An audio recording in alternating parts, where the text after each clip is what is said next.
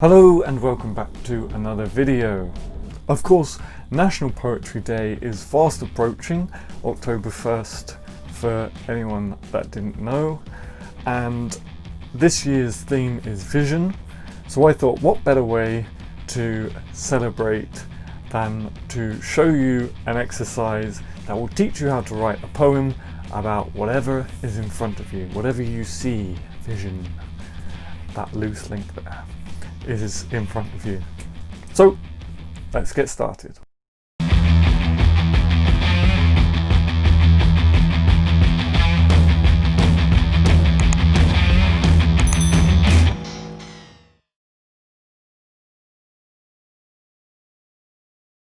As a poet, from time to time it's very easy to get caught up in thinking that we just don't have anything left to write about, especially if we're just starting out. But by the end of this video, I'm going to prove to you that we hold the world in the palm of our hands, and in turn, the world holds many a poem in its metaphorically speaking palm. Wondering what I'm talking about? Me too. Let me explain. As I've already mentioned, this year's National Poetry Day is centered around vision. So this video is going to be telling you how to describe what's in front of you. You're going to want to go somewhere where you can observe. Preferably somewhere where you can be a little bit out of the way, tucked away somewhere so you don't get too self-conscious about whether people are watching you, I guess. Then you start making a list or start writing a paragraph. And remember, this is a poem, so try and use poetic language. But yes, start making observations of everything in front of you, making a list or a poetic paragraph, preferably, I guess, of all the things that are in front of you. And the more detail you go into, of course, the better. Maybe there are broken branches on the ground, or even snapped twigs. That's how microscopic you should be. If you aren't able to get out for whatever reason, especially with everything that's going on right now, then you can do this by looking at a painting or a photograph. I'm going to throw up some now for you to work with if you choose to. Obviously you're going to have to watch a bit more of the video, but come back and pause on whichever image you decide you want to work with.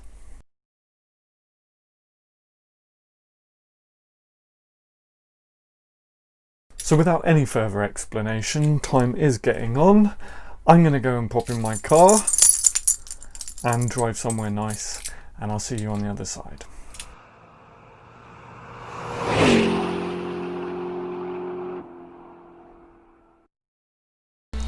Okay, so I am here in a place called Stoke Park. I haven't chosen is that a bit of fluff? It is a bit of fluff. My beard catches everything. It doesn't look too great in the background. This isn't where I sat to write my poem. I found somewhere a bit nicer, but I thought I haven't got the confidence yet to kind of sit in the middle of a massively populated place and film a video. So I'm here in Stoke Park, accompanied by a nice bit of toilet paper, as you do. So here we go. The first thing I recommend doing is titling your poem. I would say probably just use the name of the place. For me, it will be Stoke Park. Then, right away, begin the exercise. Get lost in your words and surroundings, my friends. Of course, I'm trying to keep this video centered around vision for National Poetry Day, which I think I've mentioned about 8 times during this video. But don't forget your other senses too, so hearing, touch, smell, and taste. I'm going to do this exercise now and get back to you when I am finished.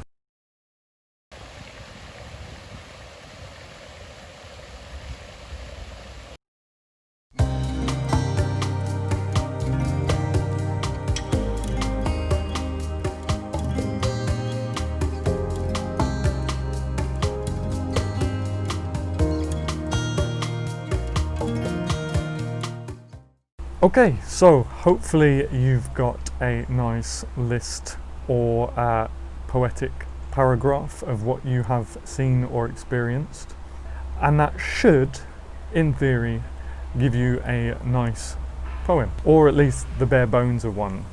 And you can go back over it and edit it if you wish, or just leave it as it is and just say it was a poem made from an exercise. Maybe you're not too excited by the piece as a whole, which is fine, but maybe there was a line or a metaphor that you came up with that might work for another poem that you can come back to, or again, the title of a new poem. It's completely up to you. So that's it basically. I'm going to head back in my car and drive back home to finish this video, film the outro back in my shed. In the meantime, whilst I'm driving, I am going to now record the poem that I came up with, just for your enjoyment, I guess. So I will see you back in the shed.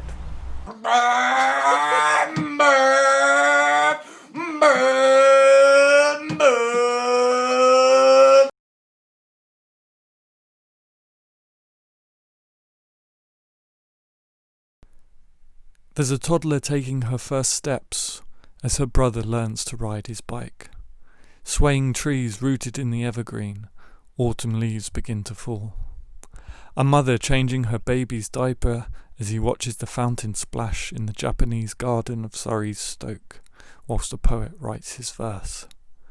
Fenced off rocks and maintained flowers, a pond filled with water of jade. Serenity abound on this seemingly foreign ground. A couple shares their lunch on perhaps a foreshadowing isle. Sports fields emptied, a loneliness lingers. Runners stitch the footpaths. Stoke Park is vast and somewhat empty now. A sparrow's delight in singular flight. Will the wind blow evermore? Don't forget to download my free PDF on how to become a working poet.